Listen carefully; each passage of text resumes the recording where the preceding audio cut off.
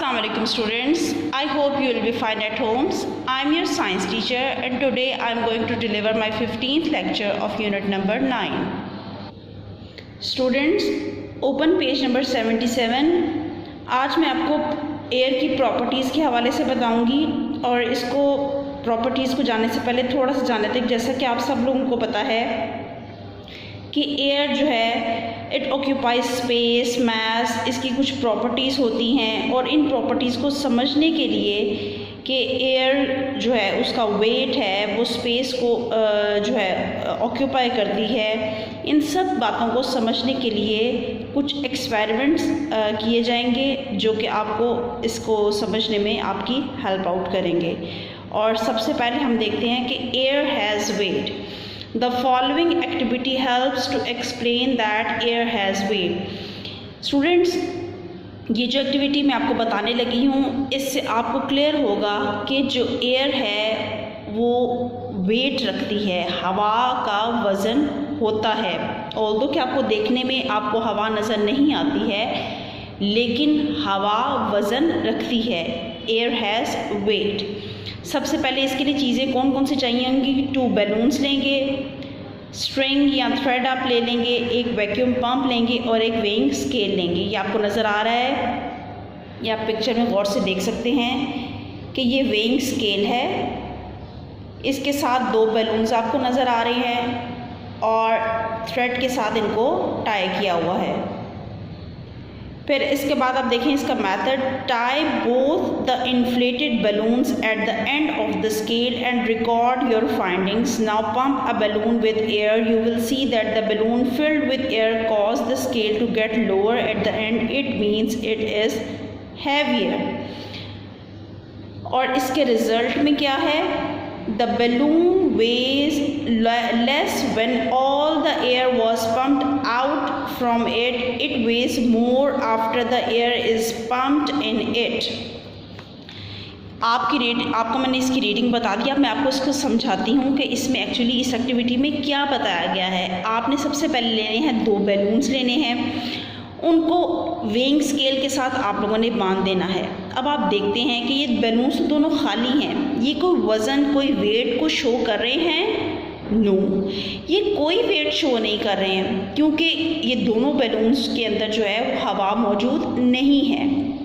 Similarly इसी तरह से अगर आप दूसरी पिक्चर पे गौर करें तो आपको क्लियरली नज़र आ सकता है कि जो एक एंड है स्केल का वो जो है वो झुका हुआ है। किस वजह से?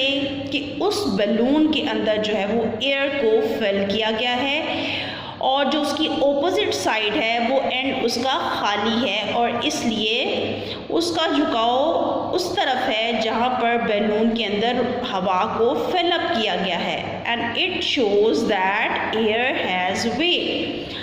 अगर दोनों बैलून्स खाली होंगे तो वो शो करेगा कि इनके अंदर जो है वो हवा की मौजूदगी नहीं है, जबकि एक बैलून जिसके अंदर हवा को फिल किया गया है, वेइंग स्केल भी अल्टीमेटली उसकी तरफ अपना डाउनवर्ड उस तरफ हो जाएगा, अपना एंड जो है वो उस तरफ अपनी शो करेगा, उस तरफ झुकेगा जहाँ पर वेट होगा।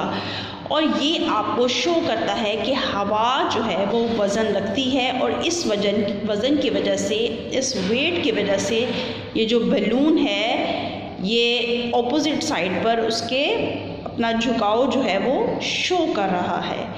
आपको मैंने अब ये ज़बानी जो है ये एक्टिविटी बताई है, अब मैं आपको शो करके बताऊंगी ताकि आपको क्लियरली जो है वो ये वर्ड्स और ये सारी एक्टिविटी समझ में आ सके। Now move towards the activity. Students, अब आप ये देख सकते हैं कि मैंने स्केल लिया है और इसके दोनों एंड्स पर जो एम्प्टी बैलून्स हैं इनको टाई किया है। आप देख सकते हैं कि स्केल जो है वो किसी तरफ भी उसकी बेंडिंग शो नहीं हो रही है because it shows no weight. दोनों बैलून्स जो हैं वो खाली हैं, उसमें कोई वेट नहीं है, इसलिए ये बैलून्स जो हैं वो बिल्कुल स्केल के दोनों एंड्स पे स्ट्रेट आपको नज़र आ रहे हैं। अब आप इसके बाद वाज़ह डिफरेंस देख सकते हैं।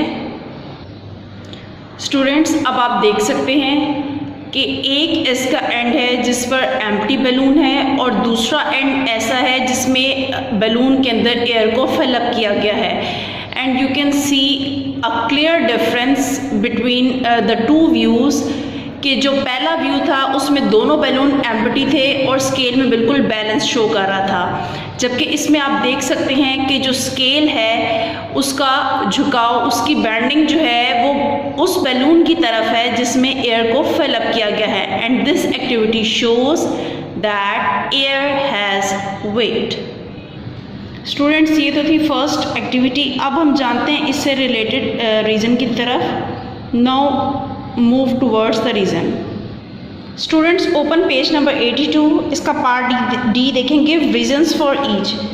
नंबर 2 वाली जो रीज़न है उसको आप गौर करें। We do not get crushed under the weight of the atmosphere. Students, ये जो एक्टिविटी मैंने आपको अभी शो करवाई है, आपको नोट्स जो प्रोवाइड किए गए हैं उसमें आपने ये सेकंड रीज़न लिखनी है और इसके आगे जो वेइंग स्केल की डायग्राम बनी हुई है, आपने जो ब्लैंक पेज है, जो ड्राइंग वाला पेज है, उसके ऊपर आपने इसको ड्रॉ करना है। रीज़न्स आपको नोट्स में प्रोवाइड की गई हैं। रीज़न नंबर 2 मैं फिर भी आपके कन्वीनियंस के लिए एक दफ़ा आपको शो कर देती हूँ। Students, focus on reason number 2, we do not get crushed under the weight of the atmosphere। और इसके आप रीज़न लिखेंगे, because pressure exerted by the fluids and gases inside our body balances the air pressure outside our body। Students, now move towards the next activity। इसमें क्या सबसे पहले देखें, air takes up space। Air, like all other states of matter, takes up space। This is explained in the activity below। कि जो air है वो space जो है उसको घेरती है, उसको टेक अप करती है। यानी आप इसमें शो कर सकते हैं या देखें, आपको एक्टिविटी में शो किया गया है that air takes up space. और इस एक्टिविटी में आपको क्या चाहिए, एक टब चाहिए, ग्लास चाहिए और वाटर चाहिए। इसमें आप क्या करेंगे कि टब के अंदर जो है वाटर को फिलअप करेंगे और ग्लास को जो है वो टर्न करेंगे, ओवरटर्न करेंगे और उसको जो ग्लास है उसको टब के अंदर पुश करेंगे। The glass to one side as shown in the figure, ये आपको नज़र आ रहा है। रिजल्ट इसका क्या निकलेगा, it is difficult to push the glass in the tub. Once the glass is tilted and bubbles escape, it can be pushed inside the water. ये आप देखेंगे कि जब आप इसको हाथ के साथ प्रेस करेंगे तो पानी का जो है वो प्रेशर आपको नज़र आएगा और बबल्स जो हैं इसमें से बनते हुए आपको नज़र आएंगे। And it can be pushed inside the water, जो कि पानी को अंदर की तरफ धकेलेंगे। और इसकी रीज़न भी आप देख सकते हैं, even when upside down air is present in the glass, के इवन के जो खाली ग्लास है जब आप उसको टब के अंदर डालते हैं तब भी उसके अंदर जो है वो एयर मौजूद होती है। No water can go in but tilting the glass air escapes the bubbles. और क्या उसके अंदर दाखिल होता है कि जब आप पानी के अंदर डालते हैं तो हवा के जो बबल्स हैं वो निकलते हैं और उसके अंदर क्या एंटर होता है, पानी एंटर होता है। और ये शो करता है कि एयर जो है इट ऑक्यूपाइज स्पेस। ये बबल्स किसको शो कर रहे हैं, ये बबल्स एयर को शो कर रहे हैं कि एम्प्टी ग्लास होने के बावजूद भी ग्लास के अंदर जो है एयर की प्रेजेंस है, एयर मौजूद है। And it shows that air takes up space, air occupies space. Students, आप देख सकते हैं कि ये एक छोटा सा एक बाउल लिया है, आप इसके अंदर देख सकते हैं कि पानी को फिलअप किया गया है। इसके अंदर एक ग्लास लिया, आप घर में भी कर सकते हैं, एक टब लेके और टब के अंदर पानी को आप फिलअप करें और उसके बाद एक ग्लास जो है उसको ग्लास को ओवरटर्न करें और टर्न करने के बाद हल्का सा अगर आप इसको टिल्ट करेंगे, ये आप गौर से देखिएगा, इसको टिल्ट करेंगे तो ये देखें ये आपको बबल्स शो हो रही हैं। It means that air occupies space. Now students, आपको इसको क्लियर हो गया होगा कि ये बबल्स जो है वो शो कर रहे हैं कि एयर जो है इट ऑक्यूपाइज स्पेस, ये हवा को कवर अप करती है। अब हम आते हैं इससे रिलेटेड रीज़न की तरफ। Now move towards page number 82। इससे रिलेटेड रीज़न जो है वो रीज़न नंबर 4 है, वो आप लिखेंगे। पहले वाली एक्टिविटी के साथ रीज़न नंबर 2 थी और दूसरे के साथ रीज़न नंबर 4 है। The liquid rises up when we suck the straw.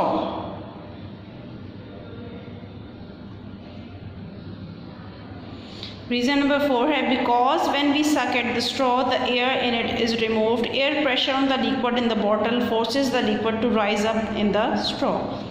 ये आप रीज़न इसके साथ लिखेंगे और जो एक्टिविटी आपको बताई गई है वो उसके साथ आप ड्रॉ कर देंगे। तो स्टूडेंट्स, ये था आज का लेक्चर। आई होप कि आपको आज अच्छा लगा होगा और आपने इसको एंजॉय किया होगा। इसके साथ साथ आपने जो दोनों रीज़न्स आपको जो मार्क करवाई गई हैं, रीज़न नंबर 2 और रीज़न नंबर 4, वो आपने अपनी नोटबुक्स में बहुत नीटली जो है उसको आपने नोट डाउन करना है। पेन के साथ आपने लिखना है और हेडिंग जो है आपने इसकी पॉइंटर के साथ देनी है और बहुत नीटली जो है आपने इसको नोट डाउन करना है। Till the next lecture students, अल्लाह हाफ़िज़।